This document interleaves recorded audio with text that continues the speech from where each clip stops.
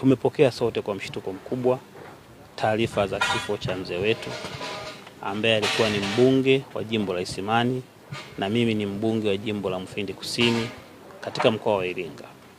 Mzee huyu alikuwa na mengi ya kujifunza kwake. Alikuwa ni mtu ambaye ametumikia serikali karibu zote. Kila kiongozi kwa maana ya rais, ukianzia serikali ya awamu ya pili ambapo yeye alikuwa kijana alipokuwa madarakani, alimwamini.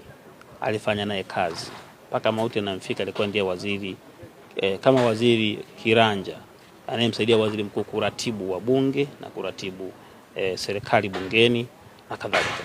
Kwa hiyo kwa kweli tumepata pigo kubwa kuondokewa na mtu mwenye uzoefu, mtu mwenye weredi, mtu ambaye alikuwa kimsingi kipenzi cha wana Iringa, kipenzi cha wana Isimani, kipenzi cha Watanzania na wana CCM kwa ujumla.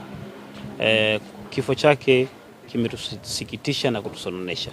Mengi ametuachia ambayo ya kujifunza. La kwanza alituachia mzee Lukuvi ni kuchapa kazi bila kuchoka. Hata jana wakati hali yake pengine inaanza kubadilika, mzee Lukuvi alikuwa kazini. Sisi juzi wabunge wote wa mkoa wa Iringa tulikuwa na kikao, tumekuwa naye pamoja. Tumezungumza naye, tumeenda kwenye kamati ya TAMISEMI, tumewasilisha pamoja na amezungumza kisha akaondoka katuacha.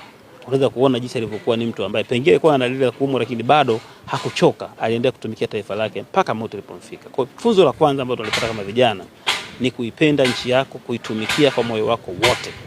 Lakini jambo la pili ambalo tunajifunza kwa mzee Lukuvi ni uaminifu kwa serikali yake. Alikuwa ni mwaminifu na mtiifu kwa mamlaka iliyomteua. Alikuwa ni mtu mwenye shukrani anayeweza kusimama na kutetea serikali yake kwa hoja. Wakati mwingine tunakuaga na watu wa aina nyingi katika maeneo mbalimbali. Wakizidiwa na hoja wako tayari hata kugeuka kwa mamlaka pengine ambazo zimewapa hiyo heshima. Sio Lukuvi. Lukuvi alisimama na rais wake, alisimama na chama chake, alikipigania, alikitetea. Na kama kuna hoja za kufanyia kazi alizichukua kwa unyenyekevu mkubwa ili kuzifanyia kazi. Hilo ni jambo ambalo kimsingi tumejifunza. Lakini pia ndugu zanguni, jambo lingine ambalo tunajifunza kwa Mheshimiwa Lukuvi ni namna alivyotuunganisha wabunge mkoa wa Iringa. Sisi kama mzee wetu jabali la siasa tutamkumbuka daima. Chama cha Mapinduzi kitamkumbuka daima. Amekuwa kiongozi kuanzia kwenye umoja wa vijana mpaka kamati kuu ya CCM. Hiyo sio jambo jepesi. Amekuwa DC, waziri miaka yote hiyo, DC, RC na waziri miaka yote hiyo. Wabunge vijana wengi tumejifunza kwa mzee Lukuvi. Na kwa kweli Mungu amemuondoa kipindi ambacho alikuwa anahitajika kuendelea kuchota hekima, busara ili kuendelea kuandaa kizazi kinachofuatia. Mungu amrehemu na kwa kweli huko aliko ampumzishe kwa amani.